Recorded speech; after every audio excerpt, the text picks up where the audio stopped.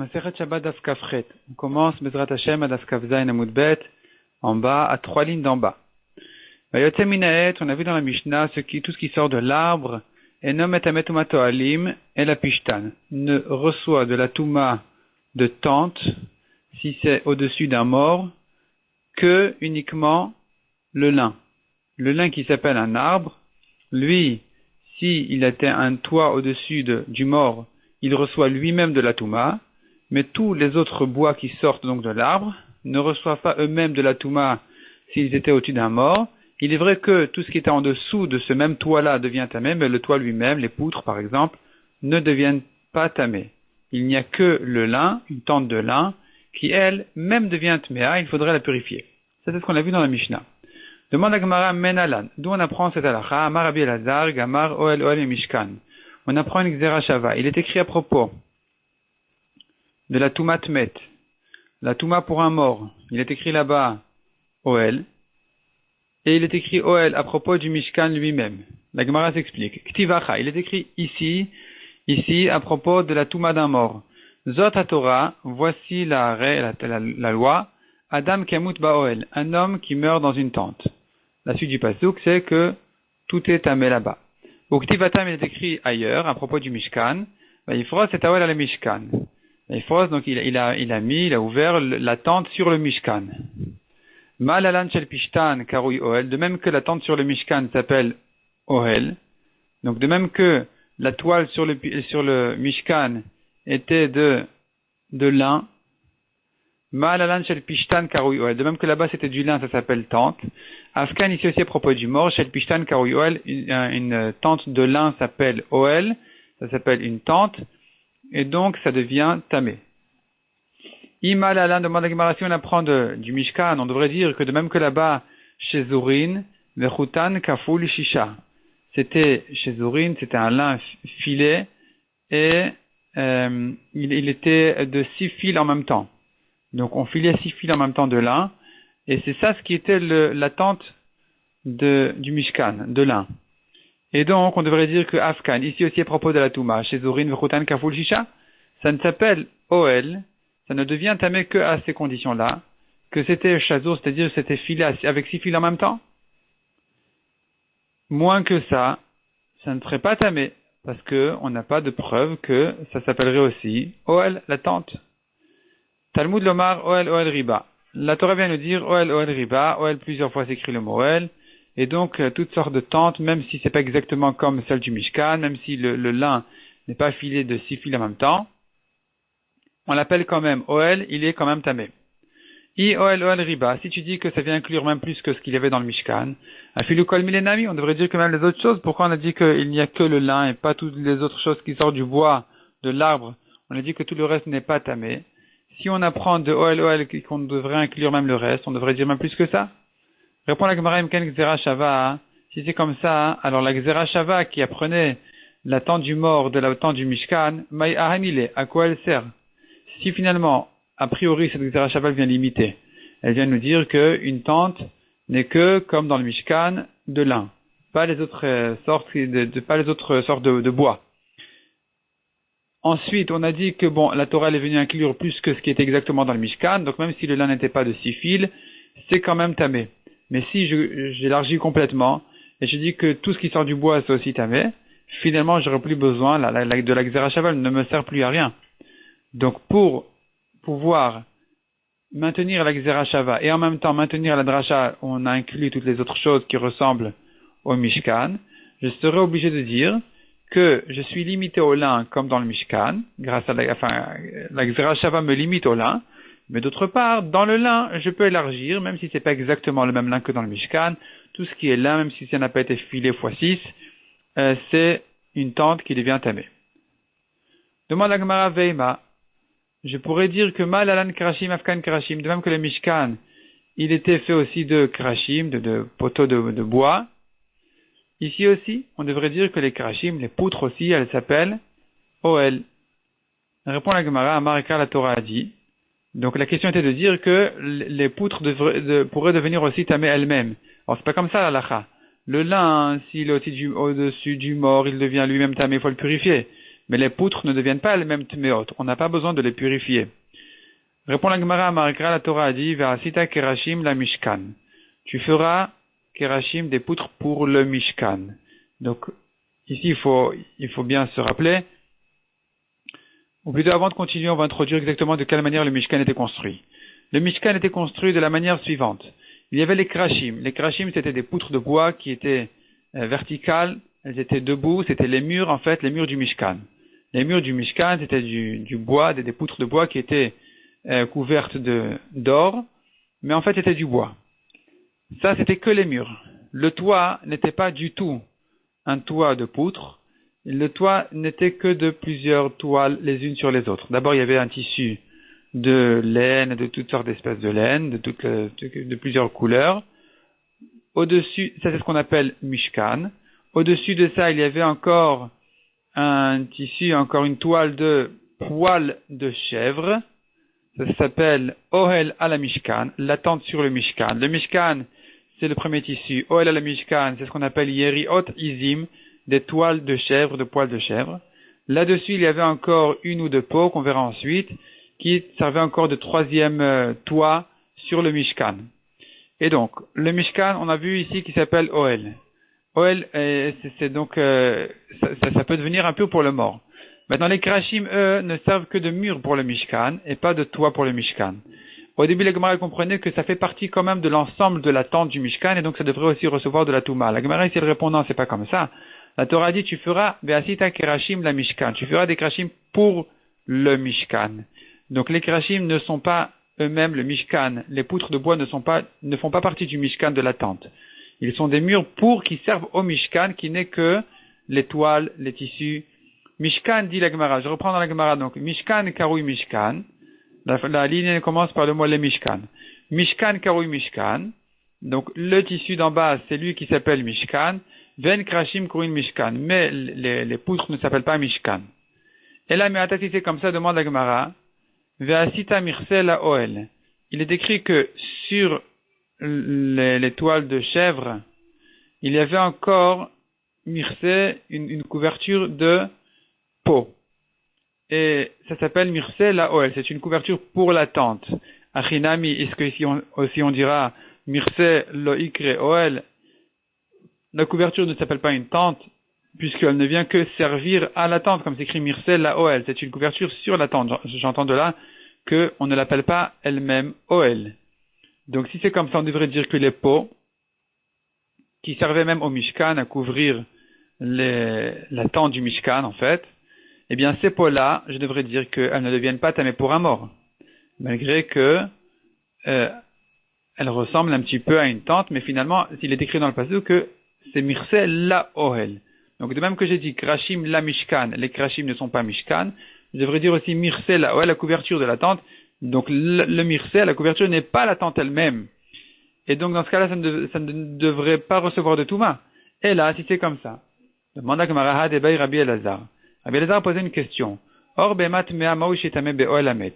Est-ce que la peau d'un animal impur, d'un animal donc qui n'est interdit, est-ce que cette peau-là, elle a Toumat Oel, elle devient impure pour un mort. Donc si c'était un toit sur un mort. Oui ou non? La question de Rabbi Elazar, on verra, elle est basée sur en fait le fait que dans le Mishkan, a priori, on se demande est-ce qu'il y avait aussi des peaux impures là-bas, des peaux d'animaux interdits ou pas. Si oui, s'il y avait des peaux d'animaux interdits, alors je saurais que ça s'appelle Oel. Et donc, ça peut recevoir de la Touma pour un mort. D'accord? Donc c'est pas la même Touma. Quand on dit Bemat Mea, ça n'a pas le même sens que Toumat Oel Amet. Ce sont deux sens complètement différents. Quand je dis Bemat Mea, ça veut dire un animal impur, ça veut dire un chameau, un cheval. Ça ne veut pas dire que maintenant il y a de la Touma sur sa peau. Sa peau n'a pas de Touma a priori, pas forcément de Touma en tout cas pour un mort. Maintenant la question qui se pose ici, c'est est-ce que la peau de ce chameau, de ce cheval, de cet âne, si elle a couvert un mort, est-ce qu'elle prend la Touma, un degré de Touma de tente du mort? C'est ça la question. Et la question elle est basée sur le fait qu'on ne sait pas si au Mishkan il y avait une peau pareille, oui ou non. Si oui, alors elle reçoit de la Touma pour un mort. Parce que on apprend Oel Oel. Il est écrit Oel à propos du mort, il est écrit Oel sur le Mishkan. Donc j'apprends de là que ça peut recevoir la Touma d'un mort. Si par contre je dis que dans le Mishkan il n'y avait pas de peau d'animal impur, d'animal interdit plutôt, dans ce cas-là, je dirais que sa peau ne devient pas tamée si elle a couvert le mort, s'il était au-dessus, comme un toit au-dessus du mort. Ça, c'était la question de Rabbi Elazar qui sera à nouveau expliquée par la suite du Hamoud dans la Gemara. Et maintenant, la Gemara, elle s'étonne. Si tu veux dire que Krashim la Mishkan, ça veut dire les murs du Mishkan, les poutres du Mishkan, elles-mêmes ne font pas partie du Mishkan, ne s'appellent pas tentes du mort. Si je dis comme ça, je devrais dire que les toiles de peau, donc les peaux qui étaient en fait sur le Mishkan, ne s'appellent pas non plus tentes, puisque c'est écrit dans le Pasuk, Mirse, la Oel, c'est une couverture pour la tente, donc elle-même n'est pas une tente. Si c'est comme ça, alors même les peaux d'animaux permis ne devraient pas être tamées pour un mort, puisque elles ne s'appellent pas tente. Or, pour être tamé pour un mort, il faut s'appeler tente. Et donc, qu'est-ce que Rabbi Elazar demande sur la peau d'un animal interdit? Même un animal permis, qui était dans le Mishkan, sa peau ne reçoit pas de touma, de tente du mort. Donc, revenons à la Gemara. Ela Hadebei Rabbi Elazar. Hadebei Rabbi Elazar en début de ligne. Si c'est comme ça, demande la Gemara. Ce que Rabbi Elazar a posé comme question. Or bemat mea, la peau d'un animal impur, donc interdit. Maouch etame be'olamet. Est-ce qu'il reçoit de la touma pour l'attente d'un mort? Hashta demande la Gemara sur cette question de Rabbi Elazar. Maintenant, or bemat tehora lometame. On est en train de dire maintenant finalement que même la peau d'un animal pur, malgré qu'elle était au Mishkan, et que on devrait dire dessus la Gzera Shava de Oel, que ça devrait recevoir de la touma pour un mort, malgré tout, l'homme est mais ça ne reçoit pas de touma, parce que je dis que ça ne s'appelle pas, la peau ne s'appelle pas le Oel, la tente du Mishkan. C'est Mirse, c'est une couverture pour la tente. Donc si c'est comme ça, Orbe Mat Meami Baya, est-ce qu'on a une question à se poser à propos de la peau d'un animal interdit? Même les animaux permis, leur peau ne reçoit pas de touma d'un mort. Donc quelle est la question à propos d'un animal interdit? Répond la Gemara. Shani Atam, il est différent là-bas. De Hadar à Hadre Kra, où la Torah, elle a ramené à nouveau. La Torah, elle a ramené, elle a réinclus les peaux, en les appelant, elle aussi, la tente du Mishkan. Donc là-bas, effectivement, les peaux d'animaux permis s'appellent certainement une tente, et donc, ça reçoit de la touma pour un mort, tandis que les peaux des animaux interdits, on se pose la question, on les trouvait dans le Mishkan, et donc, elles sont aussi incluses, elles s'appellent aussi tentes pour recevoir de la touma d'un mort, ou non. Elles n'étaient pas au Mishkan, elles ne peuvent donc pas recevoir le touma pour un mort.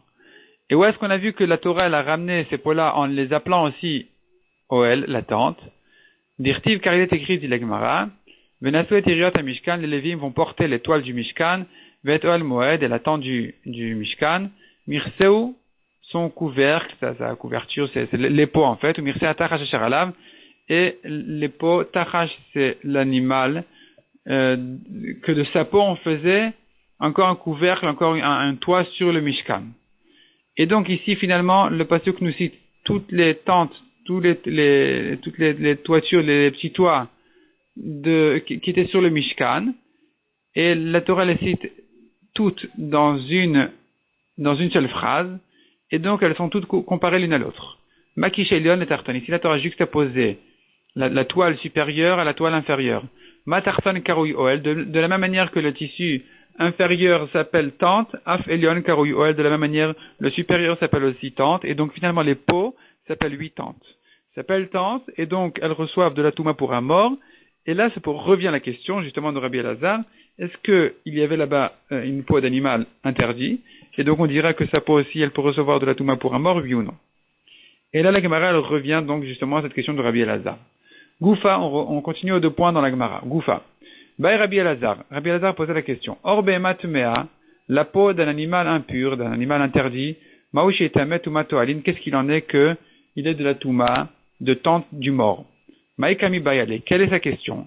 Amar avada barava, tachash, shayabime Moshe, la bête, l'animal qui s'appelait Tachash, qui était du temps de Moshe Rabbeinu, Kami bayale, Rabbi Elazar, c'est ce qui se posait comme question. Tameaya ou Taoraya. Est-ce que c'était ce Tachash en question, il était un animal impur ou un animal pur? Si c'est un animal impur, sa peau qui servait au Mishkan s'appelait Oel, et donc je dirais de là que comme lui reçoit de la Touma, de la même manière toutes les autres aussi reçoivent de la Touma. Donc si le Tachash était impur, je sais que toutes les peaux d'animaux interdits reçoivent de la Touma pour un mort. Si c'est un animal permis, alors je ne sais pas dire que les animaux interdits aussi, leur peau reçoit de la Touma du mort. Ça c'est la question de Rabbi Elazar. Amar Rabbi Yosef Maïti Baile. Rabbi Yosef demande sur Rabbi Elazar quelle est sa question. Tanina, on a bien enseigné dans une braïta. Donc Rabbi Yosef, il était ce qu'on appelle Sinaï, il avait beaucoup de connaissances, il connaissait toutes les Mishnah, toutes les braïtot, et lui, donc comme le Har Sinaï, le mont Sinaï sur lequel toute la Torah a été donnée, et lui donc il vient ramener une braïta qui nous servirait de preuve à résoudre la question de Rabbi Elazar. Donc quelle est sa question, me demande Rabbi Yosef. On a une braïta qui dit L'or shiru lemlechet shamayim n'ont été permis pour le travail du ciel, c'est-à-dire pour les mitzvot du Mishkan par exemple, et la orbema Torah bilvat. On ne peut utiliser pour les mitzvot que des peaux d'animaux purs. Donc, c'est la preuve que le tachash du temps de Moshe était un animal pur. Metiv Rabbi Abba. Rabbi Abba objecte, la preuve de Rabbi Yosef. Rabbi Uda Omer, Shne Mirsaot Hayu. Rabbi Uda dit il y avait deux couvercles sur le Mishkan, enfin deux peaux au-dessus du Mishkan. Echad Shel Orot Elim Meodamim. Une peau, c'était une peau de bélier rougi. Vechad Shel Orot Echashim. Et encore une peau des animaux qui s'appellent Tachash. Une au-dessus de l'autre. Rabbi Nechemia Omer, selon Rabbi Nechemia c'est pas comme ça. Mirse Echadaya, il n'y avait qu'une seule peau. Vedome Kemin Telailan. Donc Vedome Kemin Telailan, ça ressemble à Telailan. La Gemara explique tout de suite, va Telailan Tameu. Telailan, c'était un animal impur. Un animal impur qui avait beaucoup de couleurs. Et on faisait donc du tachash et des béliers rouges, on faisait une peau. Enfin, une peau des deux. Enfin, on prenait les deux peaux, on en faisait un couvercle sur le Mishkan. Et donc, on voit que ça a été comparé ici au Telailan, qui était une bête impure. Donc, de là vient Rabbi Abba objecter. Nous voyons bien que le tachash n'était pas un animal pur, c'était tamé. C'était comme un Telailan qui était tamé. Répond la Gemara, Achika Amar. Kemin Telailan hu. Il ressemble à la bête qui s'appelle Telailan. Shiesh Bogvanin Arbe. Il ressemble dans le sens où il a beaucoup de couleurs. Le tachash ressemble au Telailan dans le sens qu'il a beaucoup de couleurs. Sa peau est bien colorée. Velo Telailan, mais c'est pas le Telailan lui-même. Puisque le Telailan lui-même, il est interdit, c'est un animal interdit, tandis que ici le tachash c'est un animal qui est permis. Donc la comparaison n'est pas une comparaison complète. Le tachash est un animal permis. Et donc, on n'a pas d'objection contre Rabbi Yosef. On pourrait maintenir ces paroles que le tachash était un animal pur et permis. Amar Rabbi Yosef. Amar Rabbi Yosef. Rabbi Yosef a dit, Yach, ici c'est comme ça qu'on compare le tachash au talailan. Hainu de metargeminan, je comprends ce qu'on traduit sur le mot tachash dans la Torah, sasgona. Le tachash, on le traduit sasgona. Pourquoi Sasgona? Chez Sas, il est content, il est fier, il est joyeux. Begvanin harbe, de toutes ces nombreuses couleurs. Donc, Rabbi Yosef vient expliquer de cette comparaison-là entre le tachash et le talailan, le fait qu'ils se ressemblent dans le sens où ils ont beaucoup de couleurs. On comprend le mot Sasgona qui est la traduction du mot tachash. Sas, il est content, Gona, de ses couleurs. Gvanin harbe.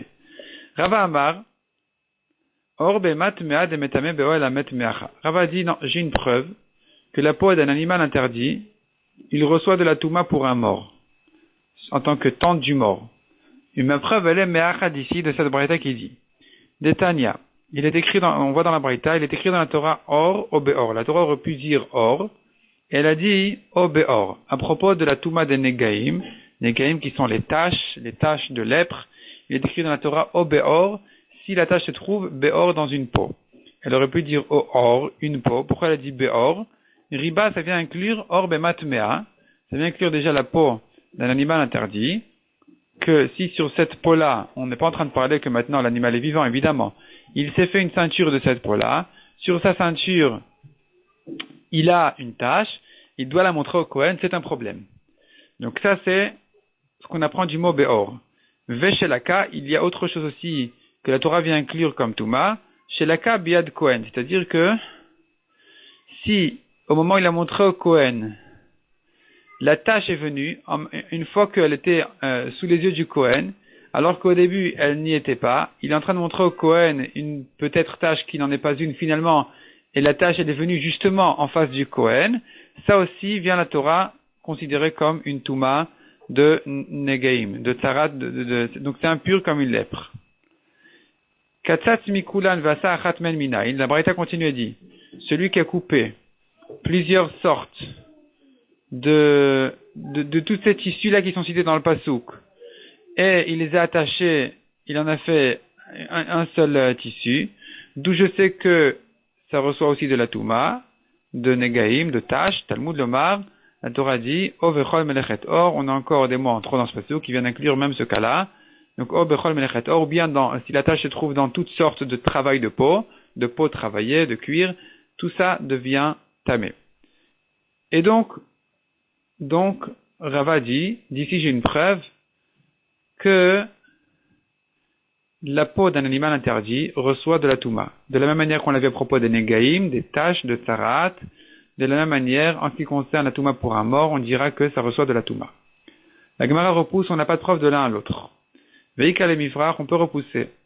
Male Negaim, sheken shtiver rev tameh behen. Quelle est la preuve des Negaim?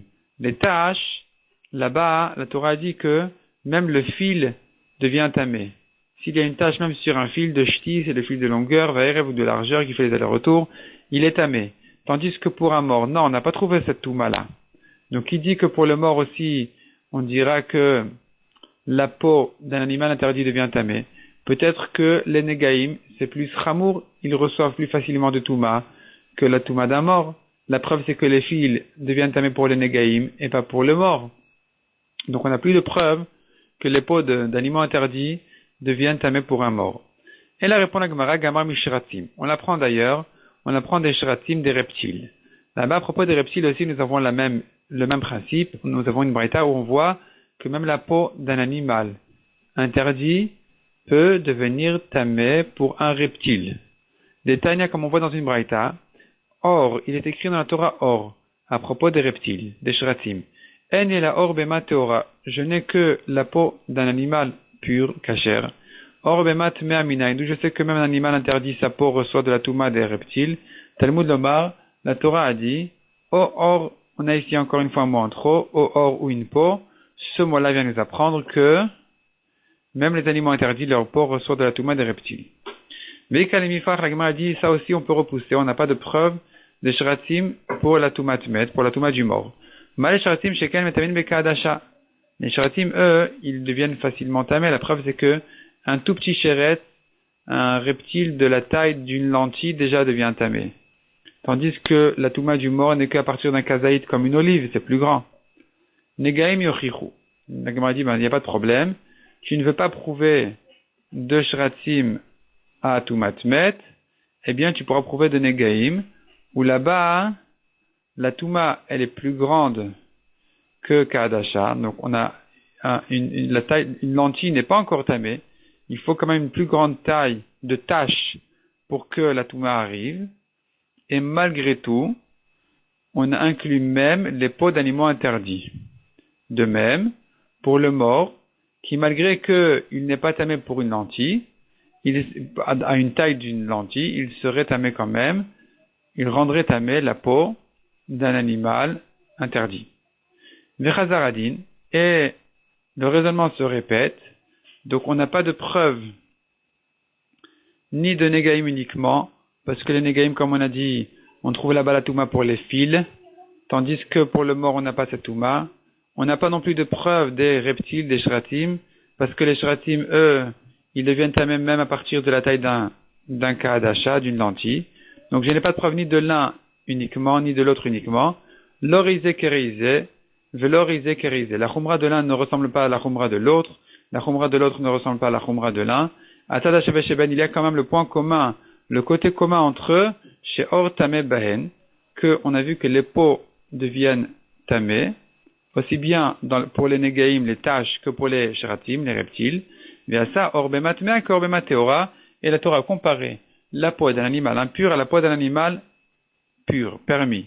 Afani avi oelamet, de la même manière je vais inclure la tente du mort, chez Or Tamebo, où on a vu que la Torah a considéré que la peau devient tamé, Vena, c'est beau, et donc on saura de cette comparaison-là que Orbemat Mea, que Orbemat Teora, on pourra dire que la peau d'un animal interdit est comme la peau d'un animal permis, les deux sont tamés pour le mort.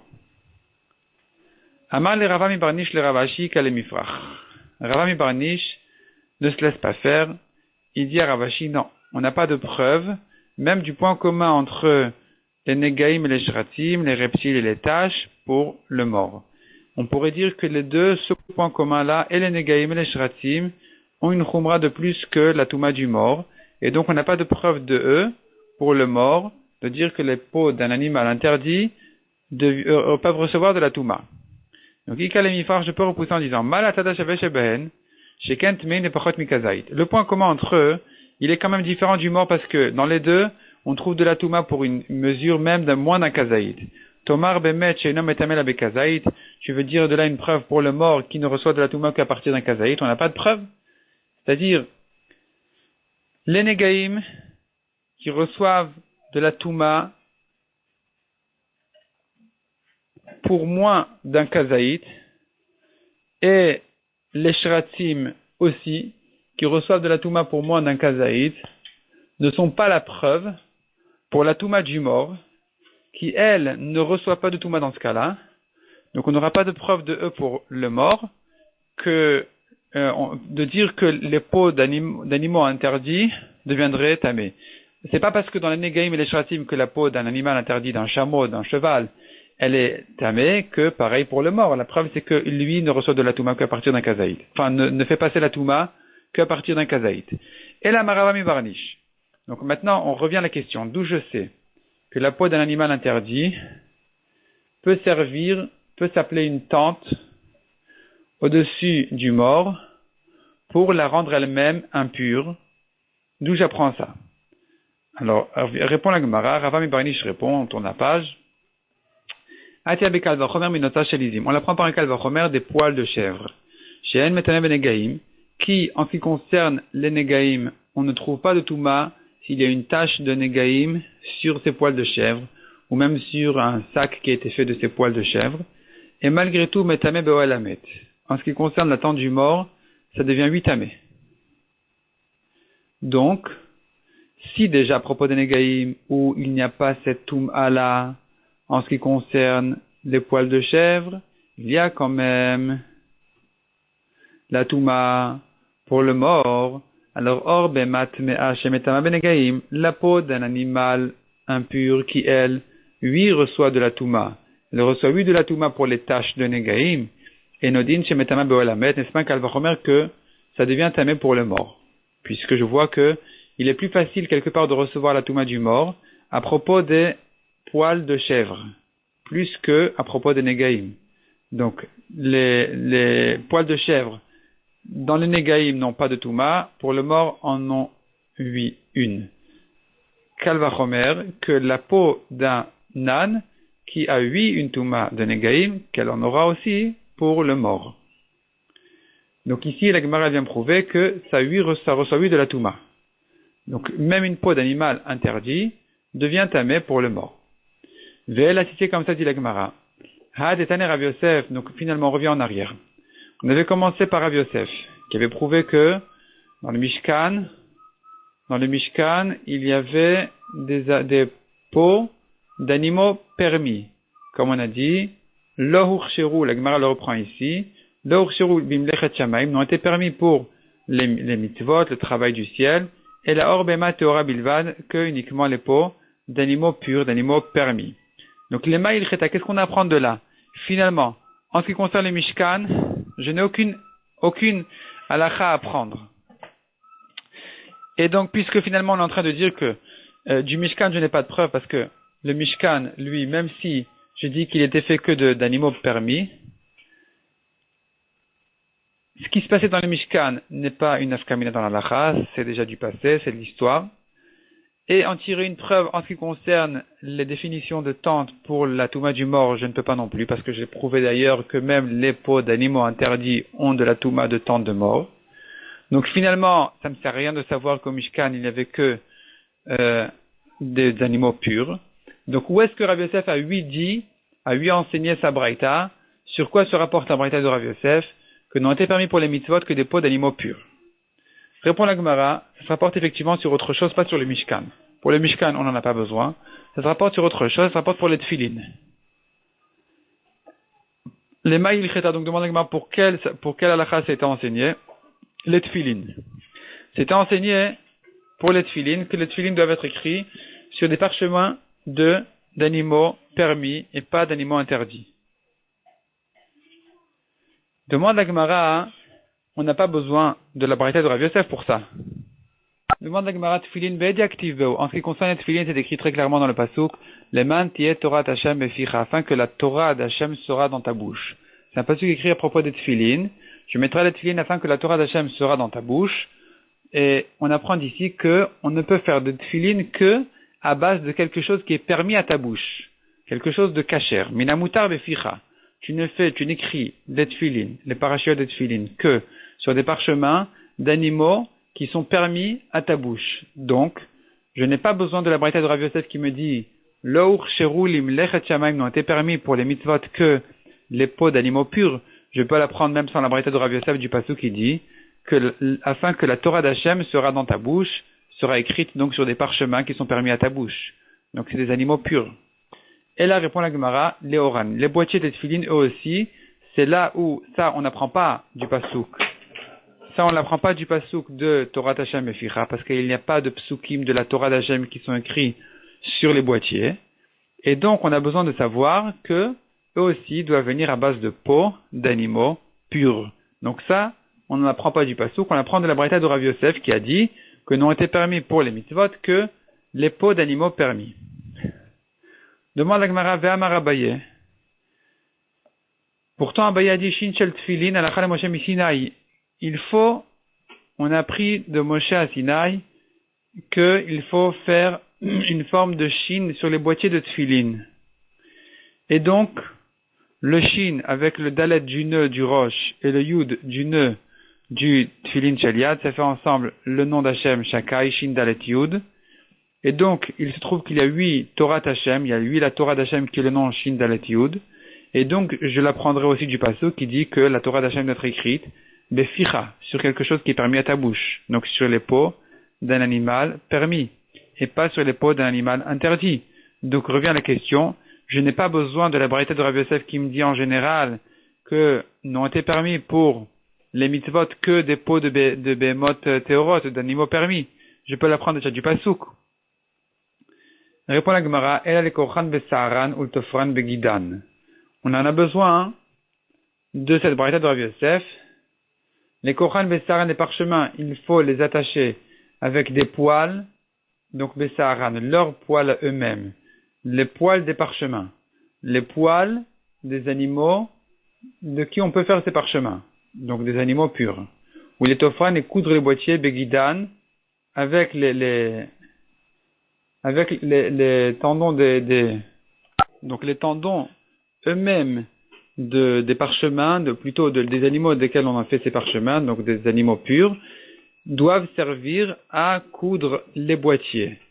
Et ça, c'est ce qu'on apprend donc de la braïta de Rav Yosef qui a dit de n'utiliser pour les mitzvot que des peaux ou plutôt de l'espèce d'animaux purs. Donc c'est pour les poils qui servent à attacher les parchemins et les tendons qui servent à coudre les boîtiers. Demande la Gemara Anami Halakha le Moshe Misinaï. Ça aussi on l'apprend d'une Halakha le Moshe Misinaï, c'était enseigné par cœur à Moshe au mont Sinaï. Et on ne l'apprend pas de la braïta de Rav Yosef. Les Tanya, comme on l'a vu dans une braïta, tefilin merubaot halakha le Moshe misinaï. Les tefilin doivent être carrés. On l'apprend par une halakha le Moshe misinaï. Les boîtiers doivent être carrés. Nikrachot besaharan. On les attache dans leurs poils, venitforot begidan, et on les coud avec leurs propres tendons, c'est-à-dire avec les tendons des mêmes animaux desquels on peut faire les parchemins sur lesquels on écrit des paragiotes. Tout ça, on l'apprend donc du Halakha le Moshe Misinaï. Donc je n'ai pas besoin ici de la braïta de Rav Yosef. Et là répond la Gemara, les rétouot pour les lanières. Les lanières doivent être aussi d'animaux purs, de peau d'animaux purs. Ve'amar Rabitrak demande la Gemara rétouot shchorot alachal Moshe Misinaï. Pourtant Rabitrak a dit qu'on apprend par une alachal Moshe Misinaï que les lanières doivent être noires. Donc ça doit être de couleur noire. Donc on voit que l'alachal Moshe Misinaï, elle s'est déjà adressée, elle a déjà traité le cas des lanières. Donc certainement, on apprend de là-bas aussi que ça doit venir d'une peau d'animal permis. Répond la Gemara, non. Nehi degmire shchorot. Il est vrai que on a appris de l'alacham le Moshe Misinaï que les lanières doivent être de couleur noire. Théorot migmire, mais est-ce qu'on a appris là-bas que ça doit venir d'un animal pur? On n'a pas appris de là-bas que ça doit venir aussi d'un animal pur. Ça, on l'apprend de la Braïta de Rav Yosef. Donc, conclusion. La Braïta de Rav Yosef, qui a dit, on ne peut se servir pour les mitzvot que d'animaux purs, ne se rapporte pas sur le Mishkan parce que ça n'a pas de nafkamina, on n'a aucune halakha à prendre de là-bas. De toute façon, les animaux impurs, leur peau aussi, on a dit qu'elle était inclue pour la touma d'un mort. Donc, et le Mishkan lui-même, c'est du passé. On n'a pas besoin de savoir si c'était un animal pur ou impur. Donc, c'est pas pour ça que Rav Yosef est venu enseigner cette braïta. Ça ne vient pas non plus pour les tefilines, les parchemins, ni les boîtiers, parce qu'on sait bien que ça doit être, puisque c'est des psukim ou le nom Shindalet Yud, ça doit être donc écrit sur quelque chose qui est permis à ta bouche, donc des animaux purs. On n'en a pas besoin non plus pour les poils ni les tendons qui servent à attacher les parchemins, à coudre les boîtiers. Ça, on l'apprend d'une halakha Moshe Misinaï. Tout ce qui nous reste pour la braïta de Rav Yosef, c'est les lanières. Les lanières, on apprend d'une halakha Moshe Misinaï que ça doit être noir, donc il faut faire attention à ça, effectivement. Mais, que ce soit complètement noir. Mais on n'a pas besoin dans la halakha Moshe Misinaï, on n'a pas appris que ça doit venir d'un animal pur. Ça, on ne l'a appris que de la braïta de Rav Yosef. Maya ve'ala de tachash shaya bimei Moshe. Demande à donc qu'est-ce qu'il en est maintenant finalement du tachash qui était du temps de Moshe? On n'a pas toujours pas répondu à notre question. Est-ce qu'il était un animal pur ou un animal impur? Répond la Gemara. Amar Rabbi Hila, Amar Rabbi Shimon ben Lakish. Omer aya Rabbi Meir. Rabbi Meir disait tachash shaya bimei Moshe brira bifnei atzma haya. C'était une création en soi. Le tachash du temps de Moshe, les chachamim n'ont pas réussi à trancher si ça rentre dans les espèces de bêtes sauvages ou des animaux domestiques. Et elle n'avait qu'une seule corne sur son front, et elle s'est présentée à Moshe que pour le moment. Il en a pu faire le Mishkan, Venignaz, ensuite ça a été caché. Ce tachash-là a disparu. Point. Fin de Braïta. Du fait qu'on a enseigné qu'il n'avait qu'une seule corne sur son front, Shmamina Taoraya. J'entends de là que il était un animal pur. Comment j'entends?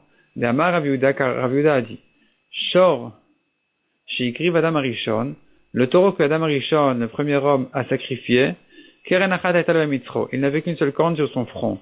Chez Neymar, comme il est dit, Vatita Valachen Mishor par, et ce sera agréé devant Hachem plus même que Shor par, le taureau. Shor, c'est un taureau, par aussi. Makrin, Mafris. Makrin, Mafris, ça veut dire qu'il a ses cornes et qu'il a ses sabots. Donc Makrin, Mafris, ça rapporte sur le taureau d'Adam Arishon, qui a été donc sacrifié par Adam Arishon. Et il n'avait qu'une seule corne, puisque le mot Makrin est au singulier, pas au pluriel. Et donc la Gemara comprend que cet animal-là qui n'a qu'une seule corne était certainement un animal pur puisqu'il a été sacrifié par Adam Arishon. De là on pourra prouver que le tachash du temps de Moshe était un animal pur. La Gemara repousse en disant mais où est-ce que tu vois dans le passage que Makrin il n'avait qu'une seule corne? Makrin tartem hashma. Makrin ça veut dire qu'il fait pousser ses cornes. Où est-ce que tu vois d'ici qu'il fait pousser en général ses cornes, pas forcément au singulier, ou tu vois ici que c'est au singulier? Amar Rav Nachman bar Yitzchak makeren ktiv. C'est écrit sans le yud, donc mikeren c'est une corne au singulier. De là j'apprends qu'il n'avait qu'une seule corne. Velif shot mine de min behemao. Puisqu'on l'a comparé finalement le tachash de Moshe au taureau du temps d'Adam Arishon, on devrait dire que c'était un animal domestique comme le taureau d'Adam Arishon. Répond la Gemara, non, on n'a pas vraiment de preuve. Kevan dika keresh de min chayahu. Puisque nous avons keresh, il y en a qui disent que c'est la girafe, qui est une sorte. Ici, Keresh, c'est pas les Kerashim du Mishkan, c'était la girafe. Demin Chayaou, qui est une espèce d'animal, de bête sauvage. Velet le el achad akeren, qui n'a qu'une seule corne. Et kalememar min Chayaou. Je pourrais dire que le Tachash n'avait qu'une seule corne comme la girafe. Et pas comme le taureau d'Adam Arishon. Donc une chose est claire, c'est que c'était cachère, parce que la girafe c'est cachère, théoriquement, en principe. Simplement, on n'a pas la massorette, on n'a pas reçu, on n'a pas de transmission très claire que c'est un animal pur. Mais théoriquement, la girafe pourrait être considérée comme un animal cachère. Et donc, de toute façon, le tachash était cachère. Simplement, on ne sait pas si c'était le tachash qui n'avait qu'une seule corne. On ne sait pas s'il ressemble à la girafe qui était une bête sauvage ou bien au taureau d'Adam Arishon qui était un animal domestique. Mais il est quand même clair que c'était un animal cachère. Mishnah suivante. Ptilat abeged, la mèche de l'habit, du vêtement, de tissu. Shekipla, donc quelqu'un a coupé d'un vêtement, il a coupé un petit morceau et il en a fait une mèche. Shekipla, il a roulé, il a plié. Velaï Vavam, il ne l'a pas un peu enflammé, mise dans le feu pour que ça brûle bien. Il a préparé avant Shabbat, il veut l'allumer pour Shabbat. Ici se posent deux questions différentes. Première question, est-ce que ce morceau de tissu-là reçoit de la Touma ou pas? Deuxième question, est-ce qu'on a le droit de s'en servir pour l'allumage de Shabbat, oui ou non? Alors, Rabbi Eliezer Omer Tmea Iven Madikin Rabbi Akiva dit que ce morceau-là de tissu s'appelle un morceau de vêtement qui reçoit de la Touma. Ven Madikinba, on ne peut pas s'en servir pour l'allumage. Rabbi Akiva Omer Teorai ou Madikinba. Selon Rabbi Akiva, par contre, c'est Taor, ça y est, c'est plus un vêtement, c'est déjà été déchiré, donc c'est pur, ça ne reçoit plus de Touma, parce qu'il faut vraiment un minimum, un petit morceau de vêtement, mais trop petit, c'est déjà, ça n'a plus de Touma, comme ce qu'on verra dans la Gemara. Et, ou Madikinba, on peut s'en servir comme mèche pour l'allumage de Shabbat. Demande à Gemara. Bishlama linyan Touma, je comprends bien leur discussion en ce qui concerne la Touma, Berg Pligé.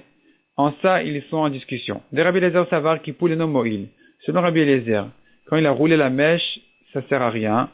Ça n'a pas annulé son statut de vêtement, de tissu qui reçoit de la Touma.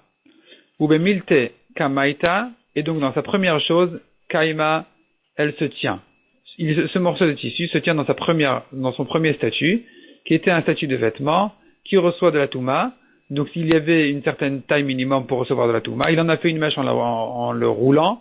Le fait qu'il a plié, qu'il a roulé, ça change rien, ça reçoit encore de la Touma. Le Rabbi Akiva Savar, qui poule moïl, tandis que Rabbi Akiva lui pense que quand il a roulé, ça y est, c'est plus un morceau de tissu, et donc ça a servi à ce que ça ne soit plus un morceau de tissu qui reçoit de la Touma, ou bien tous les bâtis, il l'annulait de son statut. Je comprends donc la discussion. Et la Léinian a de la Kabema plié. Mais en ce qui concerne l'allumage, quelle est en fait leur discussion? Répond la Gemara, Amar Rabbi Elazar. Amar Rabbi Elazar, Amar Rabbi Oshaya. Rabbi Elazar dit au nom de Rabbi Oshaya pour expliquer leur discussion. Nechen Amar Avada Barava. Hacha begimel al gimel metum tamot askinan. Ici il s'agit d'un tissu, donc il a déchiré un petit morceau qui faisait que 3 sur 3 etzbot, 3 doigts sur 3 doigts. Metum tamot, ça veut dire précise.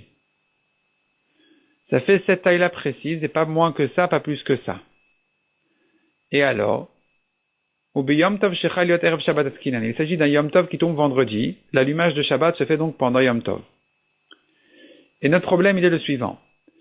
Encore une petite introduction, ajoute la Gemara. Dekul alma itleo de Rabbi Yehuda. Tout le monde est d'accord, Rabbi Eliezer et Rabbi Akiva sont d'accord avec Rabbi Yehuda qui a dit de Amar Masikin bekelim, on a le droit d'allumer pendant Yom Tov un feu de kelim, de récipient, d'ustensile. Tu veux prendre une chaise et la jeter au feu pour en faire une vieille chaise, tu veux alimenter le feu, c'est bon. Ven masikin meshivre kelim, on n'a pas le droit d'alimenter le feu avec des ustensiles qui se sont cassés pendant Yom Tov, c'est mouktsé. Ce qui s'est cassé pendant Yom Tov, à l'entrée du Yom Tov, c'était destiné à servir de chaise par exemple, de table, et pendant Yom Tov, ça s'est cassé, il avait un bâton de balai, finalement c'est devenu un petit morceau.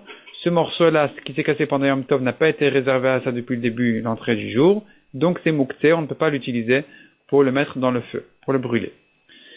Ou de Kula Alma Itleu de Oula. Encore une introduction. Tout le monde est d'accord avec Oula qui a dit Damar Oula m'a dit que c'est celui qui allume, il doit faire attention d'allumer la majorité de la mèche qui sort de l'huile pour que la flamme prenne bien. Après toutes ces introductions, on pourra bien comprendre la discussion de Rabbi Eliezer et Rabbi Akiva. Rabbi Eliezer savoir qu'il poule nomoïl. On a vu déjà que Rabbi Eliezer, en ce qui concerne la Touma, disait que devoir rouler la mèche, ça ne sert à rien, ça c'est considéré encore comme un tissu. Et donc, puisque c'est encore considéré comme un tissu, même si la mèche, elle nous paraît très petite, très fine, en réalité, elle fait 3/3. Elle a la taille. Elle a la taille d'un petit vêtement, d'un petit tissu. Et donc, de Kevan de Adik Bepurta, dès qu'il allumait un petit peu pendant Yom Tov, il a fait attention, comme on a vu, d'allumer la majorité de ce qui sort de l'huile, de la mèche, donc la majorité de la mèche il a allumé, et il se trouve finalement que maintenant, il a cassé ce tissu-là. Il a brûlé, il avait ici un tissu qui faisait 3/3, qui est la taille minimum d'un tissu, et il en a fait moins que ça, et donc, Havia le Sheverkli, ça s'appelle un ustensile qui s'est cassé pendant Yom Tov, et on n'a plus le droit donc de l'allumer, comme on a vu selon Rabbi Yehuda. Lorsqu'il allume, il allume finalement avec un kli qui s'est cassé pendant Yom Tov, c'est Moukse, et c'est interdit. C'est pour ça que Rabbi Eliezer interdit, ce Yom Tov qui est tombé vendredi, d'allumer les bougies de Shabbat pendant ce Yom Tov, en cassant ce tissu-là qui paraissait être une mèche, mais qui en fait est un tissu. Et donc, il avait la mesure, la taille d'un tissu. Il est devenu Shivre Kelim, il s'est cassé en brûlant, en allumant la majorité de la mèche. Et donc, on n'a plus le droit de l'utiliser pendant Yom Tov, ça devient Mouktsé. Donc, Rabbi Eliezer interdit l'allumage de cette mèche-là. Vers Rabbi Akiva, ça va. Par contre, Rabbi Akiva lui pense pas comme ça. Lui, il dit qu'il poule mo'il. On a vu en ce qui concerne la Touma que Rabbi Akiva dit non. Ça n'a plus la taille déjà d'un tissu. C'est une mèche aujourd'hui, c'est tout fin, ça fait plus 3/3. C'est plus un vêtement. C'est tahor, et de même en ce qui concerne l'allumage, on va comprendre de la même manière. Kipoul, le fait d'avoir plié mo'il, ça sert à l'annuler. Et donc, ve'en torat kli alav, donc depuis déjà avant Yom Tov, ça ne s'appelait plus un kli, ça ne s'appelait plus un tissu, c'était une mèche. C'est rien du tout, c'est un morceau. Ve'rikamadik, be'etz be'alma kamadik, donc lorsqu'il allume, c'est comme s'il allumait un petit morceau, une petite brindille, qui était avant déjà Yom Tov, une brindille, qui ne s'est pas cassée pendant Yom Tov. Le fait qu'il allumait la majorité de la mèche, ça n'a pas d'importance parce que de toute façon, ça n'a pas changé de statut. C'est pas que c'était un ustensile avant Yom Tov et que pendant Yom Tov, en l'allumant, ça a perdu son statut. C'est pas comme ça. Depuis déjà avant Yom Tov, quand il en a fait une mèche, il en a fait une mèche fine, c'est terminé. C'était plus un tissu, c'était une mèche. Et maintenant, la mèche, peu importe si elle était grande ou petite, s'il allumait la majorité ou pas, c'est la même chose. Il pourrait l'allumer pendant Yom Tov. Amar Rav Yosef, en entendant cette explication magnifique de la marloka de la Mishnah, il a dit, Hainu de Tanina, c'est bien ce que j'ai appris dans une braïta, Gimel al Gimel Metzum Tzamot. Dans une braïta, j'ai entendu qu'il s'agit de 3/3 précis, d'une taille de 3/3 précise, Velo Yadan el Mai Hilcheta. Et je ne savais pas à propos de quoi ça a été dit, pour quel halakha. Et donc je ne savais pas de quoi il s'agissait. Et maintenant que Ravada Barava a expliqué, notre Mishnah, il interprétait selon Rabbi Yehuda qui est interdit pendant Yom Tov d'allumer des kelim cassés. Non, point. Le maïl cheta, point. Maintenant, Umideka Meteret, c'est une nouvelle chose. Donc Rav Yosef était content de comprendre cette braïta qu'il avait appris sans la comprendre, qui disait qu'il s'agit de 3/3 piles. Exactement, il ne savait pas de quoi il s'agissait. Maintenant, il a compris de quoi il s'agit. Il a compris qu'il s'agit de notre Mishnah, ça fait 3/3 très précise. Et donc, en l'allumant pendant Yom Tov, il l'a annulé, c'est devenu des Shivre Kelim, et donc il n'a plus le droit de l'allumer selon Rabbi Eliezer. Si ça faisait largement plus que 3/3, il n'y a pas de problème de l'allumer, parce que même s'il allume la majorité de la mèche, il en reste encore 3/3, il n'a pas cassé le kli. Si ça faisait depuis le début moins que 3/3, il n'y a pas de problème non plus, parce qu'il n'y avait pas de kli avant. C'était déjà des Shivre Kelim, c'était déjà avant Yom Tov, c'était pas Mouktsé. Le problème n'est que dans le cas où la mèche faisait 3/3 très précise, et que donc en allumant la majorité de la mèche pendant Yom Tov, finalement il a cassé le tissu, c'est plus, ça s'appelle Shivre Kelim, c'est devenu Mouktsé, ça a changé de statut, et là c'est interdit d'allumer selon donc Rabbi Eliezer. Et donc Rabbi Yosef était content de comprendre cette braïta. Là-dessus la Gemara ajoute, du fait que Ravada interprète notre Mishnah selon Rabbi Yehuda qui interdit Mouktsé pendant Yom Tov, comme on a vu, il interdit de mettre des chaises cassées, de les jeter au feu, comme on a dit.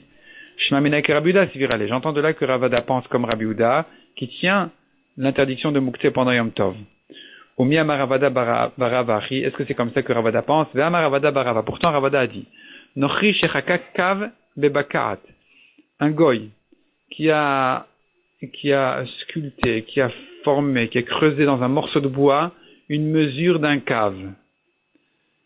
Israël Messika B'Yom Tov. Un juif a le droit de la brûler pendant Yom Tov. Ve'amai. Comment ça se fait? Noladu. C'est un nouveau, ça a changé de statut pendant Yom Tov. Avant Yom Tov, c'est un morceau de bois. Pendant Yom Tov, c'est devenu une nouvelle chose. C'est devenu un récipient d'un cave. C'est une nouvelle chose. Donc, c'est Nolad, ça devrait être mouxé selon Rabbi Yehuda. Pourquoi est-ce que Ravada permet de la jeter au feu pendant Yom Tov, de l'allumer, de l'utiliser pendant Yom Tov? Alors que Ravada avait dit que notre Mishnah et Rabbi Eliezer et Rabbi Akiva, tout le monde pense comme Rabbi Yehuda. Répond la Gemara.